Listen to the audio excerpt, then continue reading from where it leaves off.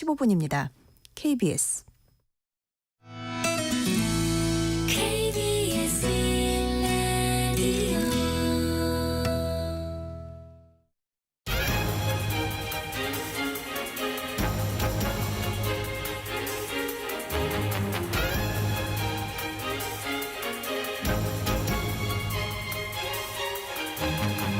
오늘 아침 일라디오. 안녕하십니까. 오늘 아침 일라디오 아나운서 오승원입니다. 이번 설 연휴 동안 가게 문을 열까 말까 고민하는 자영업자들이 많다고 합니다. 인건비 부담이 가장 크지만 연휴가 길다 보니 그래도 영업을 하자는 분위기도 많이 나타나고 있다는데요. 그러다 보니 설 연휴 기간 아르바이트를 찾는 수요가 대폭 늘었다고 합니다. 또 명절에 고향에 가는 대신 일하면서 연휴를 보내려는 아르바이트생들도 증가하고 있다는데요. 아르바이트 플랫폼들이 설날 일손 특수를 누릴 정도라고 하네요. 또 이색적인 명절 일자리들도 눈길을 끄는데요. 지금 시기에 전 부치는 알바, 한과 만들기 알바, 이런 다양한 일자리들이 올라오고요. 또 연휴 동안 영업하는 음식점이나 카페, 배달직 일자리들은 물론 집을 비워야 하는 사람들을 위해서 반려동물 돌봄 같은 일자리도 인기를 끌고 있는 모양입니다. 업주 입장에선 이런 단기 아르바이트를 통해서 고정비 지출을 줄일 수 있고요. 잠깐 용돈벌이에 나서는 사람들도 많아서 요즘 일자리 시장에선 이런 단기 일자리 비중이 점차 커지는 현상도 나타난다고 하는데요. 모쪼록 연휴 동안 일에 나서는 분들이 힘날 수 있게 내수 시장도 활기를 띨 수 있으면 좋겠습니다. 1월 23일 목요일 오늘 아침 일라디오 출발합니다.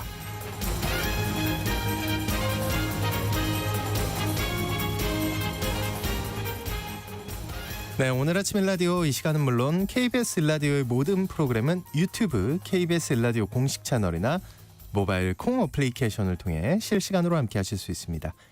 KBS 일라디오 채널 구독과 좋아요, 댓글 많이 부탁드립니다. 자, 오늘 농수산 이슈 시간에는요. 올해 농업계 전망에 대해 살펴보고요.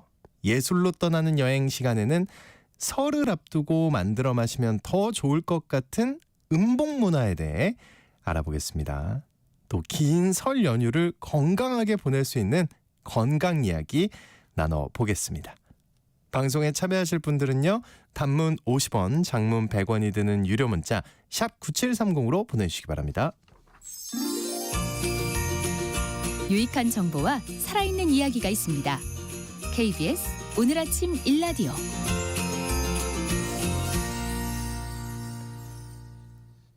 올해 농업 생산액과 농가 소득이 늘어날 것이라는 농업계 전망을 며칠 전에 전해드렸는데요.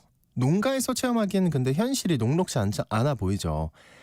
자, 오늘 농수산 이슈에서 그 전망을 좀 더 자세히 살펴보겠습니다. 한국농정신문의 원재정 기자 연결되어 있습니다. 안녕하십니까? 네, 안녕하세요. 한국농정신문 원재정입니다. 네, 한국농촌경제연구원이 발표한 올해 농업 분야 전망이죠. 농업 생산액이 늘어난다는 게 첫 번째네요.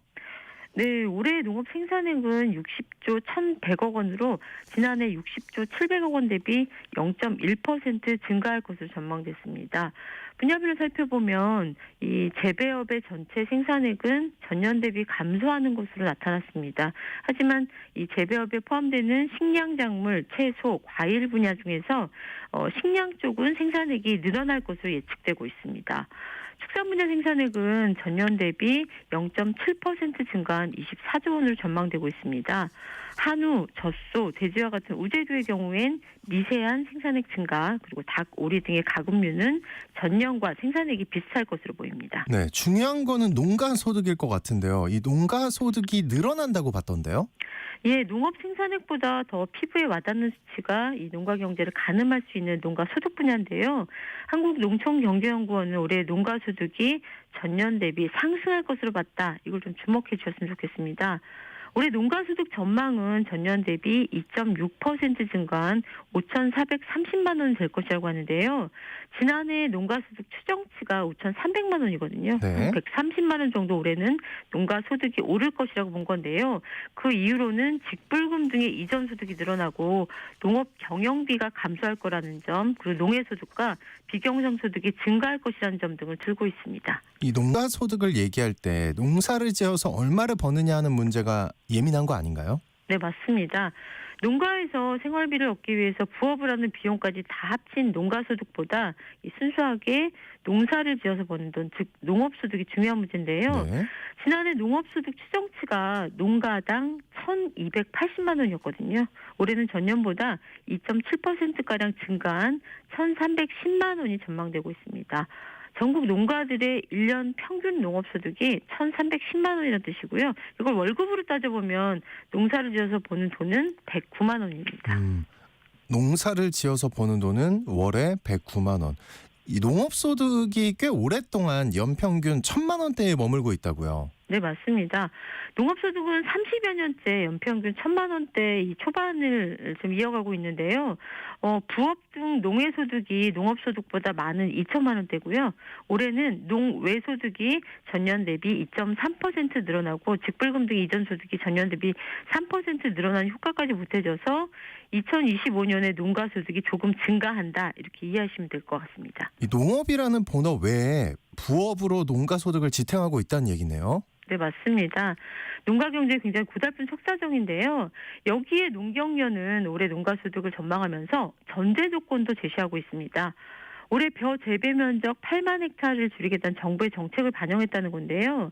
2025년 농업 및 농가경제 동향과 전망 주제 발표에 나선 김용열 농경련 농업관측센터장은 올해 이 벼 재배 면적 감축을 고려하지 않을 경우에 농업 총수입이 전년 대비 1.5% 감소한다, 이렇게 설명을 했고요.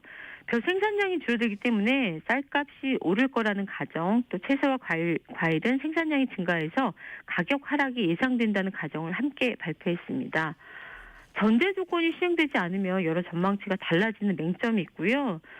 근데 이제 벼 대신 심을 작물이 마땅치 않은 상황, 그리고 매년 40만 8,700톤의 수입쌀이 국내 시장에 풀리는 문제 등은 손을대지 않은 채 농민에게만 이 재배 면적 감축 부담을 지우고 있어서 네. 과연 어떤 결과가 나올지는 가늠하기 쉽지 않은 상황입니다. 아, 그래요. 그러니까 농업 전망 내용이 있는데 이게 얼마나 실현될지는 알기 어렵다, 이런 얘기인 것 같은데, 이 과일이나 채소류 같은 품목별 수급 전망도 설명해 주세요. 예, 올해 주요 과일, 사과배, 복숭아, 포도와 같은 주요 과일의 재배 면적은 전년 대비 0.8% 감소한 10만 7,900헥타르로 전망됩니다. 재배 면적은 감소될 것으로 전망되고 있지만 작황이 평년 수준을 회복하면 이 생산 단수가 증가할 것으로 예상되고 있고요. 이에 따라서 주요 과일 생산량은 2024년보다 5.7% 늘어난 179만 톤으로 예측됩니다. 네. 과일 중에서 샤인머스켓의 인기가 한동안 굉장히 많았잖아요. 한동안 많았죠. 예, 최근에는 생산이 많아지고요. 품질 관리도 이전보다 좀 소홀해지면서 가격이 많이 떨어지고 있는 상황인데, 이 여파로 올해는 샤인머스켓 재배 면적이 한 4% 선에서 감소할 것으로 보입니다.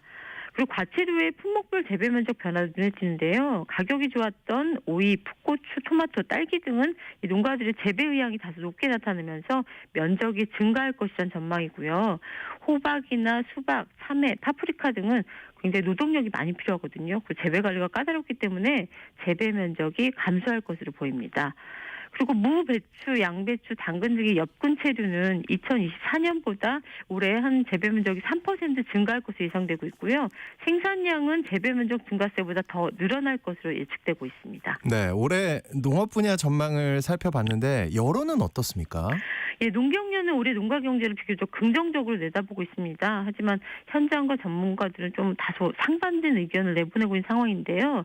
이상기후라든가 달러와 강세, 또 미국의 트럼프 정부 출범에 따른 총상환경 변화 등 불안 요소가 굉장히 많습니다. 실제 농가의 생산비 폭등 수준이 심각한데요. 농경련은 농업 경영비가 감소할 거다, 이렇게 전망한 것에도 차이가 있습니다. 네. 한국농정에서 최근 농업 생산비 부담 문제를 취재했는데 경남 진주 지역의 한 시설하우스 농가의 전기료를 따져봤더니 2022년 1월엔 전기료가 약 2,200만 원이었는데 2024년 1월에 3,400만 원으로 54% 이상 폭등했습니다. 그리고 하우스 보일러에 사용하는 면세 등유값도 2020년 12월엔 리터당 633.77원이었는데 2024년 12월에는 리터당 1,122.39원으로 77% 올랐습니다. 시설하우스에서 생산하는 파프리카 등의 농산물 값은 대동소이하고요. 농업 전망처럼 낙관했으면 좋겠습니다만 상황이 굉장히 녹록지 않습니다. 농산물을 생산하는 농민분들도 또 건강한 먹거리를 원하는 소비자분들도 평안하게 1년을 전망했으면 좋겠고요. 이를 위해서는 농업 정책의 전환이 필요하다는 게 현장의 요구라는 점도 함께 말씀드리겠습니다. 네, 농업 정책의 전환이 필요하다. 정말 정치적인 역할이 중요해 보입니다. 자, 오늘 농수산 이슈 지금까지 원재정 기자와 함께했습니다. 오늘 말씀 고맙습니다. 네, 고맙습니다.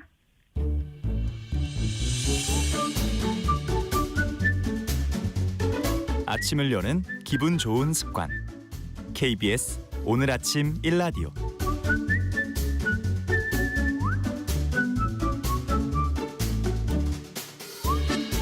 전통의 멋과 맛을 느낄 수 있는 예술로 떠나는 여행 시간입니다. 모던한의 조인선 대표님과 함께합니다. 어서 오십시오. 안녕하세요. 네, 오늘은 어떤 이야기 들려주시나요? 저 오자마자 저한테 그렇게 안경 썼다고. 되게 지적인. 노안이 왔다고. 잠깐만 저기요. 여기 또 설날 하지만 앞두고. 그럴 수 있어요. 올 수 있어요. 어쨌든 저는 안경이 잘 어울리는 덕담을. 감사합니다. 지금 얼굴이 빨개져서 고맙습니다. 하여튼 오늘 어떤 네. 재밌는 얘기를. 이제 다음 주가 설날이잖아요. 네. 그래서 1년 중에 가족들이 모두 모일 수 있는 어찌 보면 또 흔치 않은 날이기 때문에 이렇게 반갑지 않을까요? 그러니까 한숨에서 네. 굉장히 많은 의미가 담겨 있으신데 네.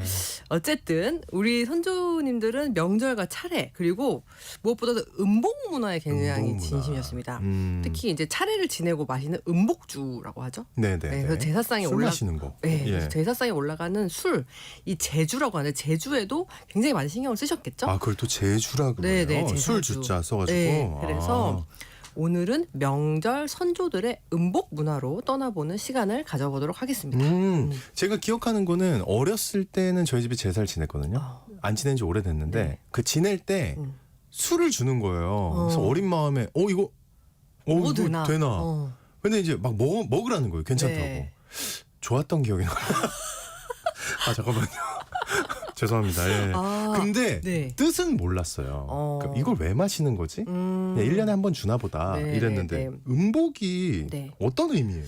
이제 사실 한자로 그 뜻을 그대로 풀이를 하면 마실 음자에 복복자를 쓰기 때문에 복을 마신다. 네. 예. 또 제사 후에 술을 마시는 문화를 떠올리시는 분들이 많으실 것 같아요. 또 우리 방금 아나운서님께서 네. 말씀하셨고 그런데 이 음복은 단순히 제사를 끝나고 이제 제사 술을 먹고 마시는 것 이상의 한국 전통적인 제례 문화에서 굉장히 중요한 요소 중에 하나입니다.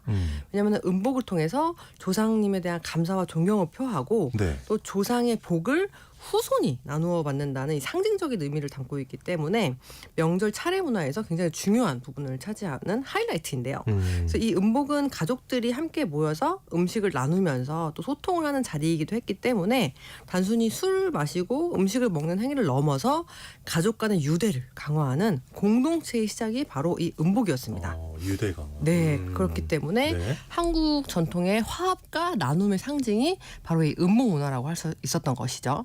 그리고 가족뿐만 아니라 예전에는 이제 참석자들이나 이웃들과 함께 이웃들도요? 초대를 해서 음복을 함으로써 조상과 인간의 만남을 통해서 참석자들은 공동체 일원들에게 또 의미 있는 나눔을 실천하기도 했습니다. 그렇군요. 네. 약간 이렇게 말하면 안 되나? 약간 회식 느낌인가? 조상님과의 죄송합니다. 예. 네.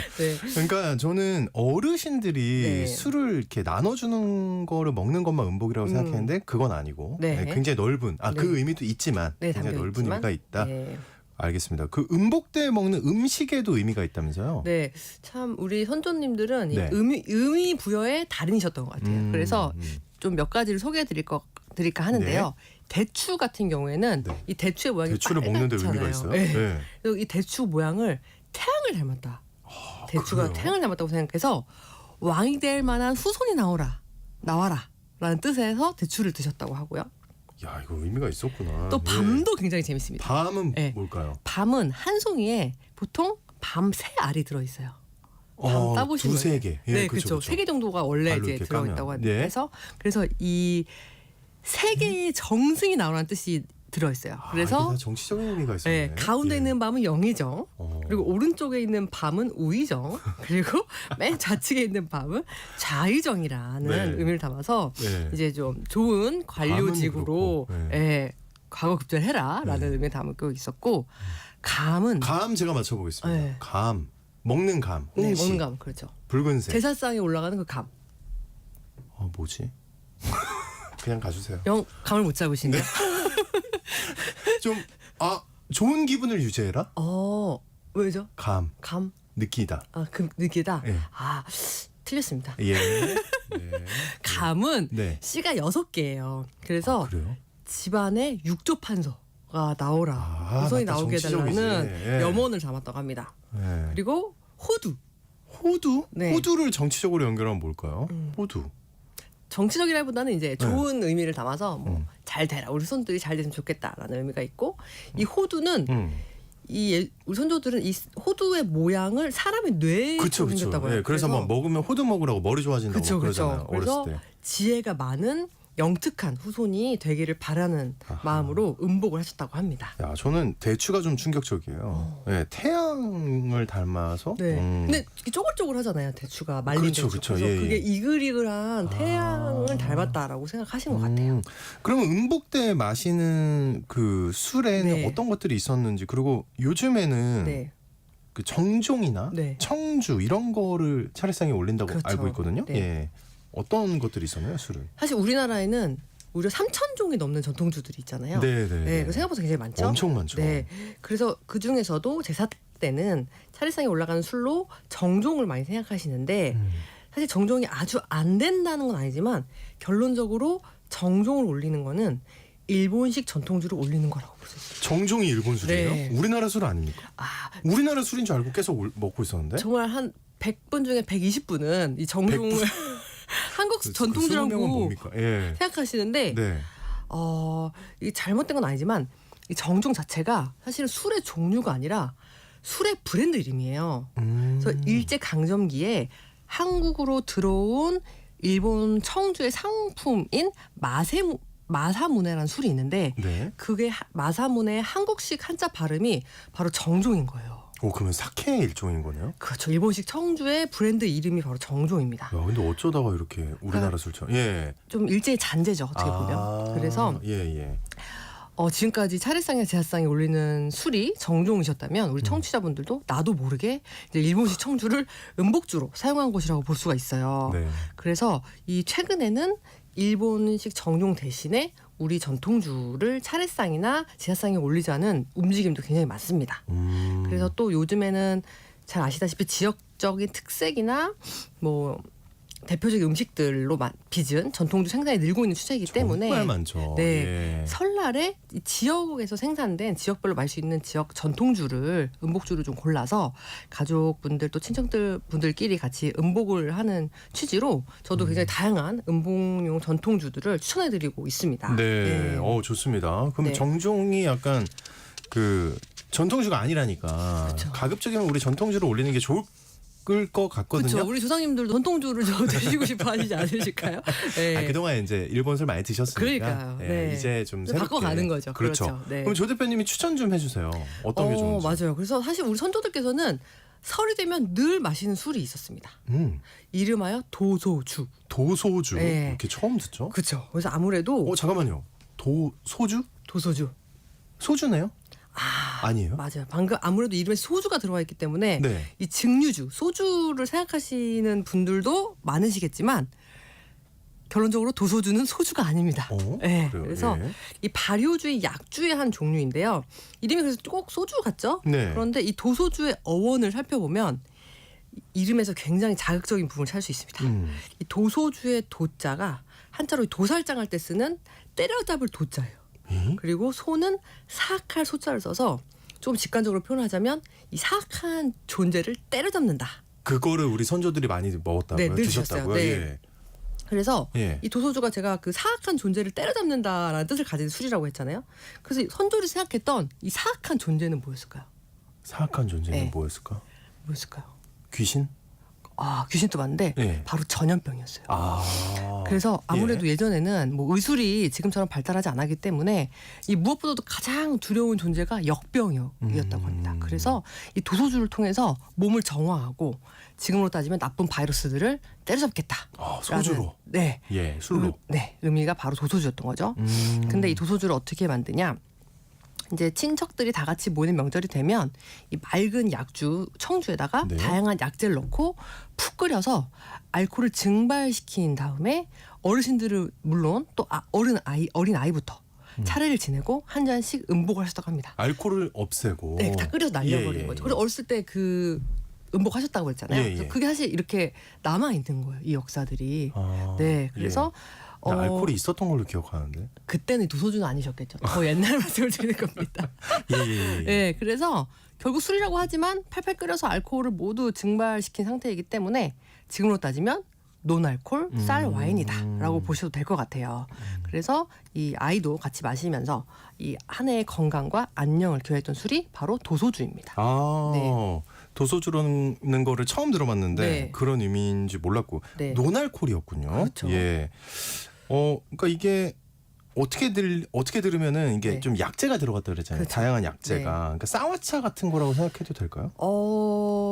그렇죠. 아, 어디서 사 먹을 수 있어요? 혹시 있나요? 파는 곳이? 아쉽게도 이 예. 요즘 전통 도소주를 판매하는 곳이 전무합니다. 아, 아예 없고. 예, 하지만 이 한 해의 건강을 기원하고 바이러스를 예방하는 기능까지 있다 보니까 이 도소주를 만드는 방법은 동의보감에도 기록이 돼 있어요. 그래서 잘 찾아봤더니 대왕, 백출, 산초, 도라지, 천호, 호장금 등 뭐 7가지 약재가 들어간 도소주인데 미리 담가 놓으시는 거죠. 네. 12월 금음에 약재를 넣은 붉은 주머니를 우물 속에 먼저 담가 놓습니다. 한 달 전에 네. 하는군요. 아, 보통 2달 전에 하는군요. 예. 그렇죠. 예. 그래서 정월 초하루 새벽에 꺼내서 맑은 술에 넣고 팔팔 끓인 다음에 식혀 마셔라라는 그 기록이 동의보감에 적혀 있고 중요한 거는 이 우려놨던 약재 예. 다 우려난 약재도 버리지 않고 그걸 다시 우물에 담그셨어요.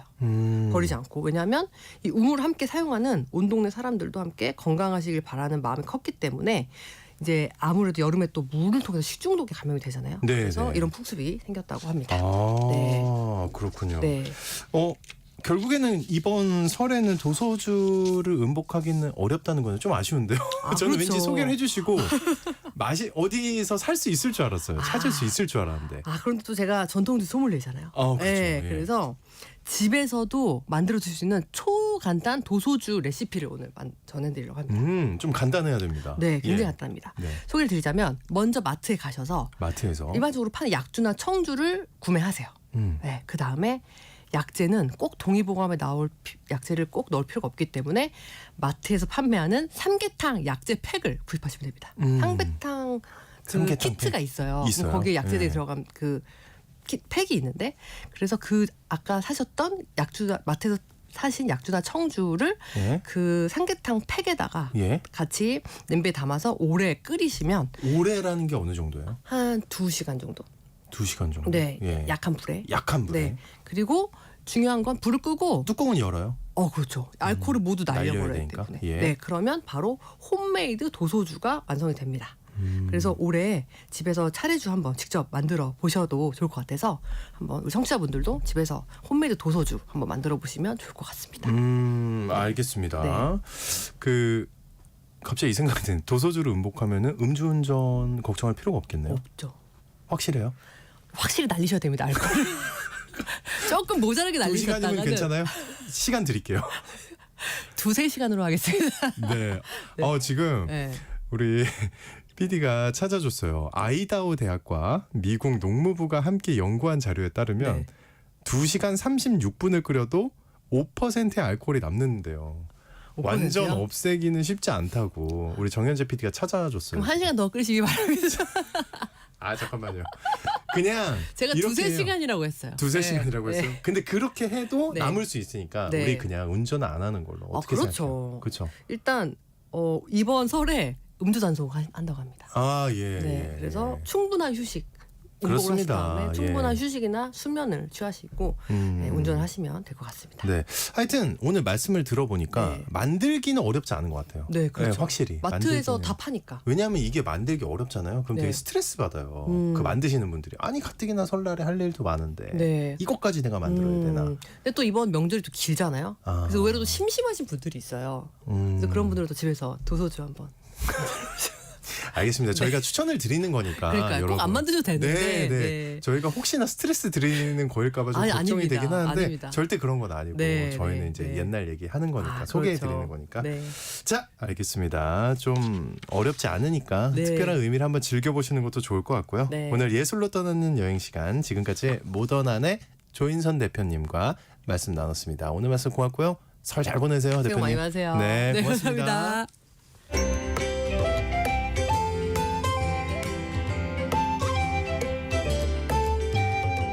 상쾌한 하루의 시작. KBS 오늘 아침 일라디오.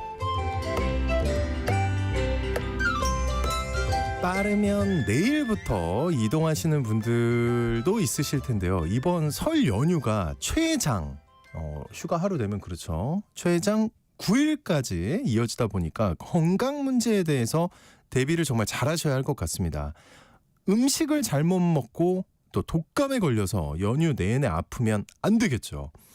거기다 병원도 약국도 아무래도 이용이 불편할 것 같은데 말이죠. 네, 방역 당국에서는 이런 시기에 주의해야 할 신종 감염병 감시와 대응을 강화하겠다고 하는데요. 연휴 전후의 건강 관리에 대해서 간단하게 짚어드리겠습니다. 주말에 내 몸 살리는 건강 이야기 시간을 함께하고 있는 가정의학과 전문의 신동헌 원장님이 나와주셨습니다. 어서 오십시오. 네, 안녕하세요. 네. 어떻게 생방송처럼 너무 떨립니다. 네. 아이, 뭐 하듯이 평소 하듯이 해주세요. 원장님 병원 어떻게 연휴 내내 문 닫나요? 어떠나요? 저희는 이제 구정 연휴 28, 29, 30일만 문을 닫고요. 아, 3일만? 네, 나머지는 평소처럼 일을 합니다. 어. 일반적인 경우에는 대부분 이렇게 쉬실 거고요. 근데 이번 주 월요일이 아니 다음 주 월요일이 이제 임시 공휴일이잖아요. 네. 그래서 주변 원장님들 보면 월요일 쉬시는 분도 많으시더라고요. 아, 네. 그렇군요. 알겠습니다. 그 직원들이 싫어하지 않나요? 아, 네. 그렇긴 한데 해야죠. 점점점 예. 그 연휴가 아무래도 길다 보니까 건강에 문제가 생기면 이제 걱정이 돼요. 네. 네, 요즘 워낙 말도 많고 고생할 것 같은데 건강에 문제가 있으면 맞습니다. 그 연휴 앞두고 병원을 찾는 환자들은 주로 어떤 문제가 많은가요? 네, 명절 앞두고 미리 병원 찾는 분들 많으시죠. 그래서 네네. 대부분 이제 만성 질환 있으신 분들, 고혈압, 당뇨, 고지혈증 등 약을 좀 정기적으로 드셔야 되는 또 분들이 길게 드시는 분들 그렇죠. 약을. 미리 처방받기 위해서 네. 내원하신 경우도 있고요. 연휴가 길다 보니까 해외 여행도 많이 가시잖아요. 그래서 여행에 필요한 약이라든지 이제 여행지별로 필요한 백신이 있거든요. 그래서 그런 거 접종하러 오시는 분들도 있고, 최근에는 이제 독감이 너무 유행하니까 또 이런 독감 예방 주사도 지금이라도 맞겠다고 오시는 분도 꽤나 많습니다. 그 평소에 질환이 있으면 미리 약도 좀 많이 받고 여행 가기 전에 필요한 준비도 하긴 하잖아요, 우리가. 네. 그래도 연휴 동안에 병원 찾는 분들이 많이 생길 수도 있는데 어떤 환자들이 보통 많나요? 연휴에는 이제 과식하기도 쉽고 아무래도 음식도 기름지고 그리고 술도 또 많이 드시고 하시다 보니까 안 그래도 방금 전까지 음봉 얘기하고 네, 그래서 이제 소화기계 질병으로 많이 오십니다. 아, 그래서 소화기. 네, 소화불량, 뭐 급성 위염, 아니면 급성 장염 이런 것들이 많이 있고요. 네네. 또 이제 장거리 이동이 많다 보니까 교통사고라든지 겨울철에 미끄러워서 이제 넘어지는 사고, 블랙아이스 같은 거 밟고 골절된다든지. 넘어졌습니다. 예. 아, 그러셨어요? 정말 크게 다쳤습니다. 예, 무릎이 완전 퉁퉁 부었거든요. 깜짝 놀랐습니다. 여러분 조심하십시오, 진짜. 절대 주머니에 손 넣고 걸으시면 안 됩니다. 진짜 제발 부탁드릴게요. 춥다고 주머니에 손 넣으시면 안 됩니다, 여러분. 예, 예. 넘어지면 큰일 납니다. 예. 그리고 요즘 이제 막 호흡기 질환도 많고, 그죠? 이런 분들. 이 독감 같은 호흡기 질환이라는 게 미리 걸렸으면 멀리 여행 가는 게 좀 무리가 아닌가요? 그렇죠? 어떻습니까? 그렇죠. 당연히 안 좋죠. 예, 네.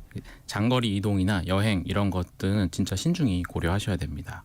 왜냐면 근데 막 가족이 다 가는데 혼자 집에 근데 그렇게 해야 된다는 말씀이시죠? 맞죠. 그게 더 안전하다는 거죠. 아, 네. 예, 예. 그러니까 이동 자체가 체력 소모가 굉장히 극심하잖아요. 그래가지고 그냥 긴장된 데서 딱 굉장히 오래 있어야 되고 맞죠, 예. 또 밀폐된 장소니까 그런 것도 있고 내부에 히터나 에어컨 때문에 이제 건조해지죠. 그러면 이제 호흡기 점막도 건조해지고 기침이나 가래 증상이 심해질 수도 있습니다. 그리고 온도 변화도 심하니까 그런 것도 호흡기를 자극할 수 있고 그런 것들이 다 안 좋은 영향을 끼칠 수 있습니다. 그러니까 저는 지금 말씀 중에 이동 자체가 극심한 스트레스라는 게 정말 공감입니다. 어떤 의미로 그러니까 그렇게 생각을 잘 안 해봤거든요. 아 그렇군요. 그리고 요즘 노로바이러스 환자가 많이 발생한다고 들었어요. 작년 겨울에 굴 먹고 탈난 분들 진짜 많이 봤는데 네. 겨울철에 특히 이제 노로바이러스와 같은 장염 환자가 급증하는데 이것도 신경을 써야 되겠죠. 연휴 동안. 그럼요. 노로바이러스는 이제 겨울철에 특히 기승을 부리거든요. 네. 그러니까 날씨가 추워지면 식중독 위험이 낮아진다고 생각하시잖아요. 근데 겨울철에는 노로바이러스 같은 이제 바이러스성 식중독이 본격적으로 또 증가하는 시기이기도 합니다. 그래서 노로바이러스는 생존력이 엄청 강해요. 그래서 영하 20도에서도 잘 살아남고요. 왜 또 그럴까요? 겨울이 예. 굴이 또 제철이잖아요. 네. 그 굴에 이제 노로바이러스가 많이 쌓여가지고 생기는 경우가 많습니다. 야, 진짜 안 그래도 싱싱한 생굴 먹고 싶은데 굉장히 좋아하는데 왜 하필이면 네. 굴에 또 겨울에 네. 또 이 친구는 굉장히 생존력도 엄청나네요. 그렇죠. 또 어떤 경로로 근데 그 감염이 될까요? 그러니까 왜 제철 수산물이 이렇게 식중독 위험이 높은 건가요? 이게. 그러니까 이제 굴의 특성이 좀 있는데 굴이 플랑크톤을 막 이렇게 먹으면서 자라는 애들인데 네. 그러다 보니까 물 속에 있는 바이러스, 특히 노로바이러스를 농축시키기가 쉬워지고요. 근데 또 굴은 또 생으로 잘 드시잖아요. 네. 그러다 보니까 굴이 또 위험하다고 이제 여겨지는 거죠. 익혀 먹으면 상관이 없는 그렇죠. 거잖아요. 그죠? 익혀 먹으면 완전히 없어지기 때문에 음. 꼭 익혀 드시는 게 중요합니다. 네네. 아 그렇군요. 이 노로바이러스에 걸리면은 증상 제가 아는 건 설사가 굉장히 심하다 네, 이걸로 맞습니다. 알고 있는데 장염에 걸려도 또 설사하잖아요. 장염이랑 차이가 있나요? 장염의 종류가 굉장히 많은데 일단 노로바이러스에 의한 증상은 한 48시간 정도 잠복기를 거쳐서 갑자기 설사, 구토, 복통, 오한 그 정도 이제 나타날 수 있고요. 소아에서는 구토가 흔하고 성인에서는 설사가 흔합니다. 네네. 다른 거랑 좀 다른 거는 다른 장염이랑 다른 점은 이제 소장에는 염증을 일으키지 않거든요. 그래서 피가 섞이거나 점액성 변을 보지는 않습니다. 아 그냥 물설사 같은 거. 계속 설사. 네네. 아이가 걸리면 구토. 네, 예, 구토가 있을 수 있죠. 예. 연휴에 그러니까 이런 거를 이제 우리가 알고 있잖아요. 조심해야 된다. 굴 네네. 먹을 때 노로바이러스 조심해야 된다. 이거 많이 들었는데 혹시 좀 예방할 수 있는 방법이 있을까요? 노로바이러스는 백신이 없습니다. 그래서 그래요? 네. 철저한 위생 관리 그것만 가능합니다. 그래서 일단 익혀 먹는 거 아까 말씀드렸고요. 네. 외출 후, 음식 조리 전, 화장실 사용 후 무조건 손을 씻으셔야 돼요. 손 씻기. 손을 잘 씻으시고 30초 이상 다 꼼꼼히 씻으셔야 되고 그다음에 이제 지하수나 그런 야채 같은 것도 사실은 노로바이러스가 있을 수 있거든요. 아 그래요? 그런데도 네, 예, 예. 그렇기 때문에 잘 씻어 먹거나 좀 삶아 먹거나 끓여 먹거나 이런 식으로 예방을 하셔야 됩니다. 네, 만약에 근데 내가 이렇게 노력을 했는데 감염이 됐어요. 불가피하게. 정말 운이 없게도. 네. 그러면 어떻게 해야 됩니까? 이게 그 비상약이나 이런 게 있을 거 아니에요. 그거 먹고 그냥 쉬면 되는 거예요? 어떻게 해야 됩니까? 예. 그렇죠. 그러니까 이게 48시간, 72시간 정도 계속 지속되면서 점점 좋아지거든요. 아 그래요? 네. 예. 그래서 뭐 특별한 뭐 항바이러스제나 이런 걸 먹는 거는 아니고 수분을 계속 보충을 해주면서 그런 전해질을 교정해주는 그런 것들이 치료입니다. 그래서 집에서 하실 때는 이제 많이 드시고 물 많이 드시고 하는데 탄산음료나 과일 주스 같은 거는 당이 너무 많으니까 좀 피해 주시는 게 좋습니다. 혹시 그 이온 음료 있잖아요. 네네. 그거 마시는 거 괜찮아요? 이온 음료가 조금 당이 많거든요. 네. 그래서 이온 음료보다는 네, 그 조금 더 연한 액체가 있어요. 그래요? 그걸 팔기도 하고 그런 것들을 사용하시면 될 것 같습니다. 알겠습니다. 만약에 근데 이제 그렇게 예를 들어 뭐 72시간 이후에는 조금 나아진다고 하셨잖아요. 네네. 안 나아졌어. 계속 아파요. 그럼 어떻게 해야 돼요? 병원 가셔야죠. 무조건 응급실. 네, 가셔서 네. 수액 치료나 그런 대증 치료를 빨리 받으시면은 좋아집니다. 근데 이제 갑자기 궁금한 건데요. 네. 노로바이러스 왜 우리가 독감 바이러스에도 한번 감염됐다가 나면 항체가 좀 생기지 않습니까? 그렇죠. 노로는 안 생기나요? 혹시? 예. 네, 뭐 안 생긴다고 봐야죠. 네. 슬픕니다. 아 그리고 이거 물어봐야 돼요. 최근에 또 홍역이 유행한다고 들었습니다. 네, 맞습니다. 그러니까 특히 이제 해외여행 가시는 분들에게 주의가 필요할 것 같은데 사실 저는 홍역 얘기를 많이 듣긴 했는데 잘 모르거든요. 이게 뭐고 왜 지금 유행하는 거예요, 이게? 아, 얘도 굉장히 강한 바이러스성 질환이거든요. 바이러스. 네, 네. 그래서 이건 호흡기 질환이고 기침이나 재채기만 해도 쉽게 전파되는 굉장히 전염력이 강한 그런 질병입니다. 그래서 네. 면역력이 없는 사람이 감염자와 접촉을 하면 90% 이상이 감염된다고 하고요. 네. 이게 지금 유럽에서 굉장히 유행하고 있거든요. 그래서 유럽이랍니다, 여러분. 예, 예. 그래서 유럽 국가들이 이 백신 접종률이 좀 낮아요. 홍역에 대해서 또 특히 그러니까 그게 좀 문제가 되고 있는 것 같습니다. 그래서 접종만 잘하면 사실 유행 안 하는데 그래서 유럽은 접종률이 낮다. 그러니까 유럽 가시는 분들 조심하셔야 되는데 이게 증상이 어떻습니까? 홍역은 홍역에 걸리면 어떤 증상이 나오나요? 증상은 이제 고열, 발진, 콧물, 기침. 어떻게 보면 감기 네, 감기와 같은- 비슷한데 예. 좀 발진이 좀 특징적이기도 하고요. 네. 그리고 이제 심해지면 합병증 같이 뭐 폐렴, 중이염, 뇌염 이런 식으로 합병증이 생길 수도 있습니다. 근데 이거는 백신이 있잖아요. 네, 맞습니다. 네, 네, 네. 그 어릴 때 예방 접종을 한 것 같거든요. 근데 그 잠깐만요. 기억이 잘 안 네, 네. 나는데 다 한 하셨을 것 같긴 거예요. 한데 네. 전체가 다 했던 것 같거든요. 네네. 우리나라는 홍역이 필수 예방 접종입니다. 그래서 아마 기록이 다 있으니까 기록을 찾아보셔도 좋을 것 같고요. 잠깐만요. 그 기록을 어디서 찾아야 돼요? 뭐 병원을 아신 병원에서 보셔도 되고 아니면 아. 국가 그 정보 시스템에 등록이 돼 있기 때문에 그런 게 있어요? 네네네. 아. 그래서 보셔도 되고요. 만약에 근데 이제 뭐 해외에서 태어나서 접종을 안 했다. 예를 들면 그런 경우에는 반드시 맞아야 되겠네요. 그렇죠. 예. 이거는 꼭 맞아주신 접종을 꼭 해주시고 지금이라도 늦지 않았으니까 꼭 해주시는. 이거는 예방 접종 효과가 어느 정도라고 봐야 됩니까? 2번을 맞아야 되는데 2번을 완료하면 97%를 막을 수 있다고 되어 있습니다. 그리고 이제 아까 앞서서 잠깐 말씀해 주셨지만 해외여행을 앞두고 있는 분들이라면 그 지역에 따라 그 주사를 맞아야 되는 게 있다고 하셨는데 어떤 것들 이게 다른 예방 접종 많이 필요하다고 들었거든요. 어떻습니까? 예. 네네. 그래서 뭐 동남아, 아프리카, 남미 이쪽은 황열병이나 동남아요? 네. 많이 가실 텐데. 예. 네네. 그래서 황열병이나 장티푸스 이런 백신도 필요하고요. 말라리아 예방약도 챙겨주시는 게 중요합니다. 아프리카나 중동 쪽 가실 분들은 수막구균 백신이라고 그것도 좀 하시는 게 좋고요.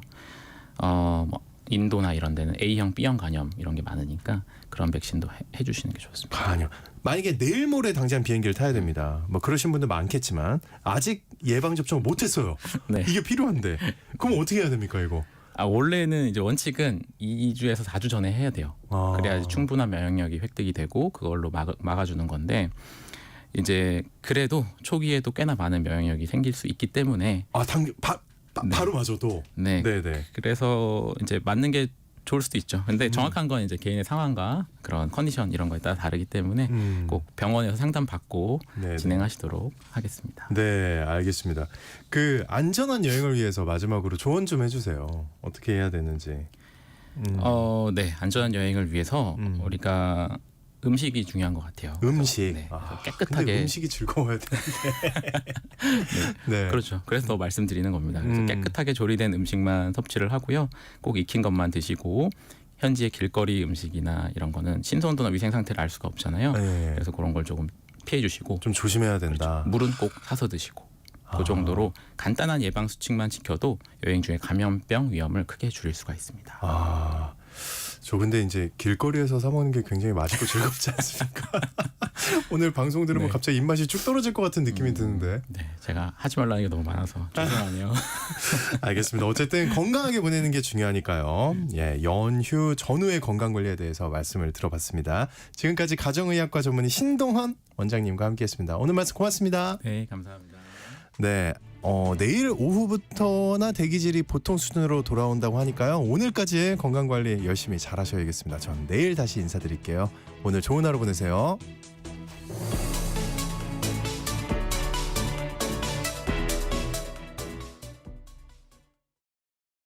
여보, 올해 공익직불금 신청이 2월 1일부터 4월 30일까지 진행된대요. 2월 1일부터 2월 28일까지는 지난해와 변동사항이 없는 농업인을 대상으로 휴대폰으로 신청하도록 문자가 온다고 하네요. 신청한 내 문자를 받지 못했거나 신청을 못했으면 어떻게 해요? 3월 4일부터 4월 30일까지는 농지소재지 읍면동에 방문하여 신청할 수 있으니